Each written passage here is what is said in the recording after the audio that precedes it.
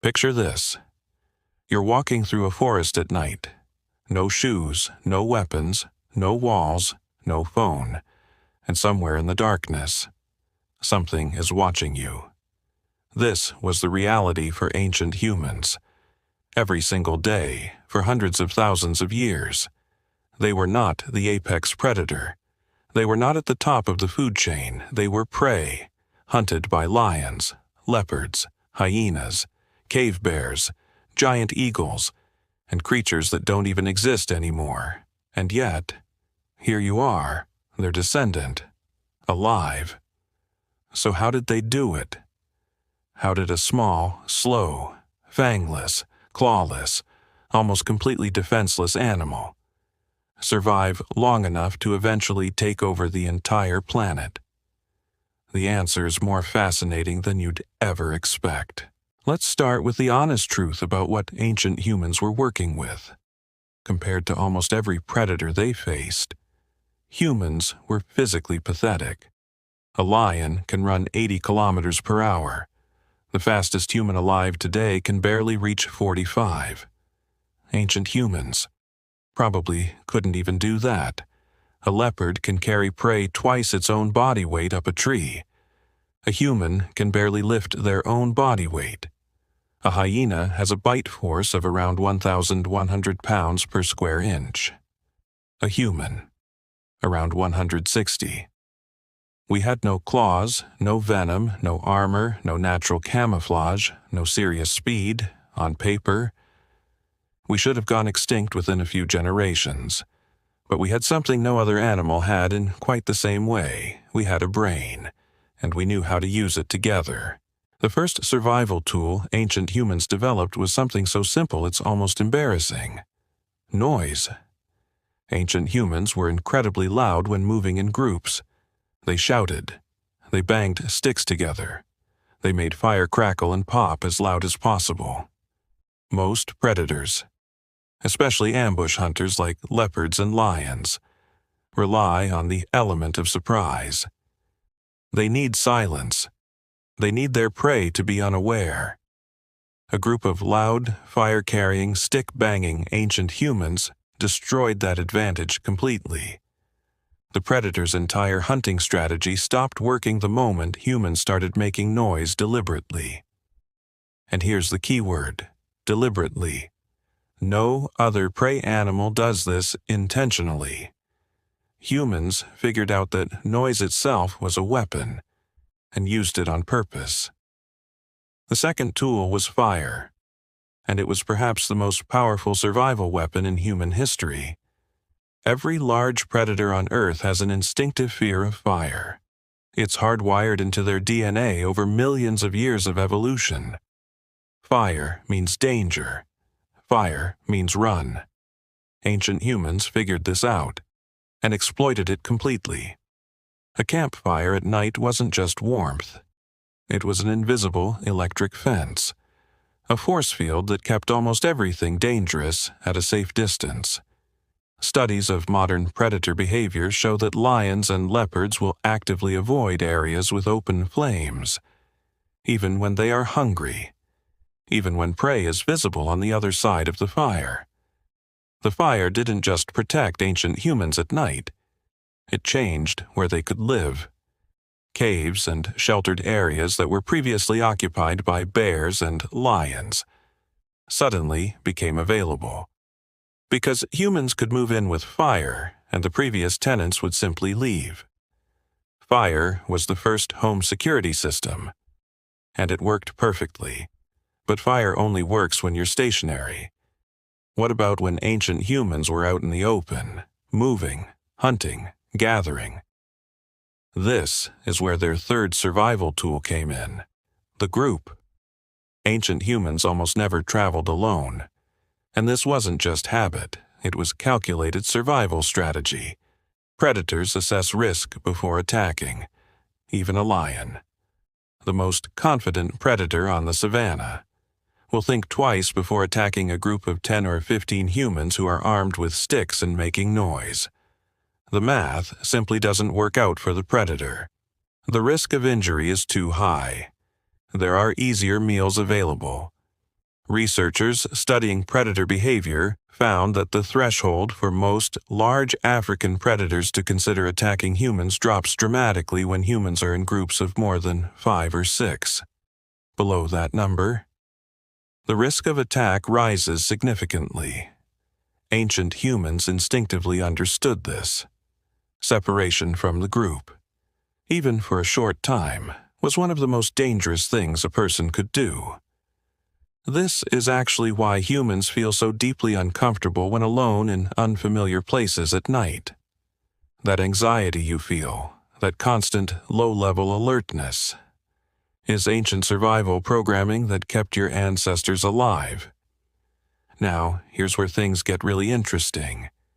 Ancient humans didn't just avoid predators, they fought back, actively, aggressively, and they did it in a way that shocked the animals completely. Most prey animals run when threatened. Deer run, antelope run, even most primates run or climb. Ancient humans charged. There's evidence from multiple archaeological sites and observations of modern hunter-gatherer tribes that ancient humans practiced what researchers call aggressive interception.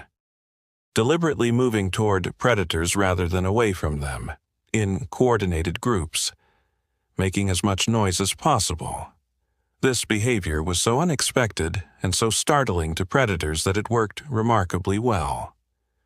A lion that has spent its entire life watching prey flee in panic, suddenly facing a group of screaming upright creatures running directly at it, has no idea what to do. Its instincts have no template for this. It runs. Ancient humans essentially hacked the predator's brain by doing the one thing the predator never expected. But the most powerful survival weapon ancient humans had wasn't fire, wasn't noise, and wasn't group charging. It was patience. Ancient humans developed a hunting and survival technique that no other animal on Earth uses: persistence hunting. Here's how it works. Humans cannot outrun a lion, or a horse, or almost any animal over a short distance, but humans can run, or jog, or walk for hours, days even, and almost no other animal can. Most four-legged animals, especially those built for speed like horses, deer, and antelope, cool their bodies by panting, but they can only pant when they're not running, because running and panting use the same throat muscles.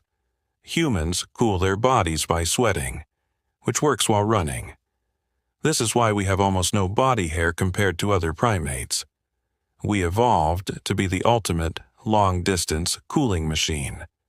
So, ancient humans would find a large animal, start it running, and then just follow it, jogging steadily, never letting it rest, never letting it cool down properly.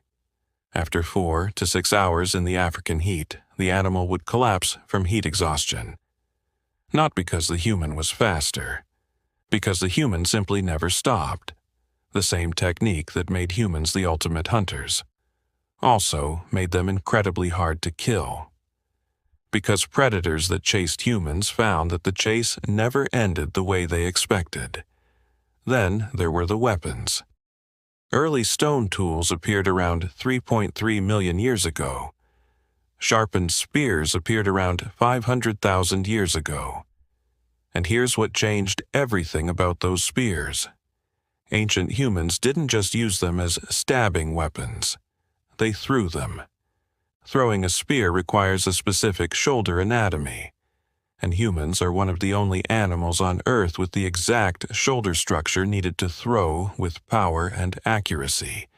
This meant ancient humans could hurt a predator from a distance, without being in range of its claws or teeth, for a predator whose entire hunting strategy depends on getting close.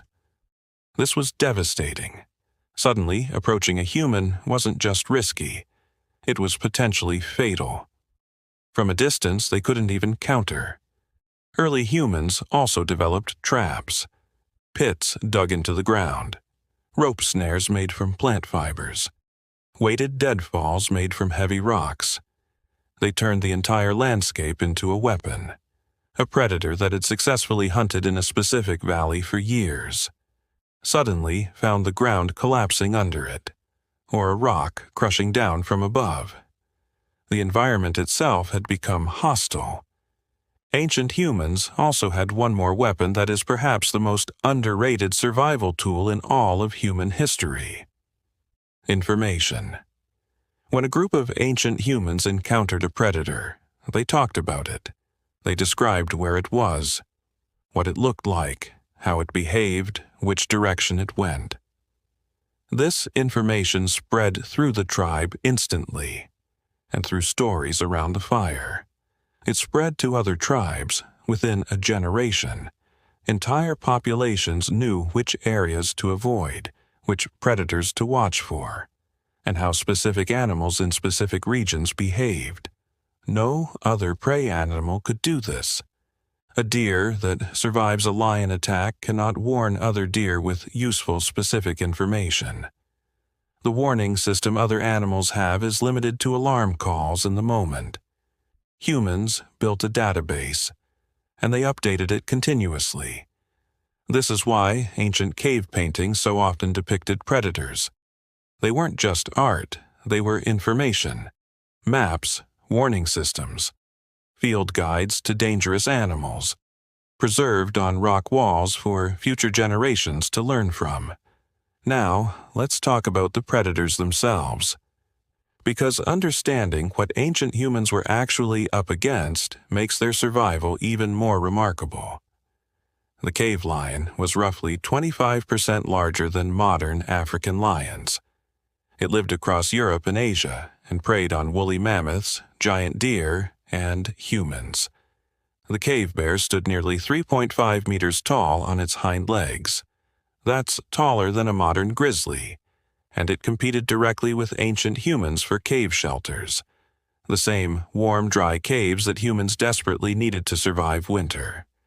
The giant short-faced bear of North America was even larger, possibly the largest land predator that ever lived, and early humans in the Americas would have encountered it regularly.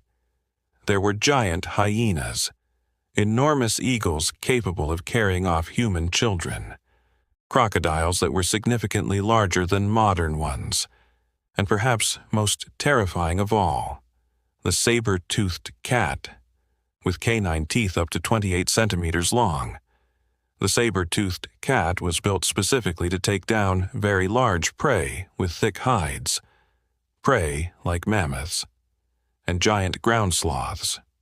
Humans were almost certainly on the menu too, and ancient humans survived all of them. Not by being stronger, or faster, or fiercer, but by being smarter, more cooperative, and more adaptable than anything that had ever existed before. There's one more thing about ancient human survival that most people never consider. Children. Ancient human children were among the most vulnerable creatures on Earth. They couldn't run fast enough. They couldn't fight. They couldn't climb quickly enough. They were easy targets, and yet the tribe protected them. Archaeological evidence shows ancient humans going to extraordinary lengths to protect injured, sick, and young members of their group. Even at personal risk, there are ancient skeletons showing severe injuries and disabilities. Injuries that would have been completely debilitating, where the bones show evidence of long-term healing. Meaning, someone took care of that person for months or years, fed them, protected them, kept them alive. This level of social cooperation, protecting the weak at cost to the strong, is almost unique in the animal kingdom, and it was a survival strategy in itself. Every child that survived became another adult, another hunter, another firekeeper, another information carrier, another member of the group that made everyone safer. Protecting the vulnerable wasn't just compassion, it was strategy. So, what ended the threat of predators for ancient humans? Honestly, ancient humans ended the threat themselves. As human populations grew, as tools became more sophisticated, as cooperation became more complex. The relationship between humans and predators shifted completely. Humans stopped being prey and started being the most dangerous thing in any environment they entered. The woolly mammoth, gone, hunted to extinction. The cave lion, gone. The cave bear, gone. The giant short-faced bear, gone. The saber-toothed cat, gone.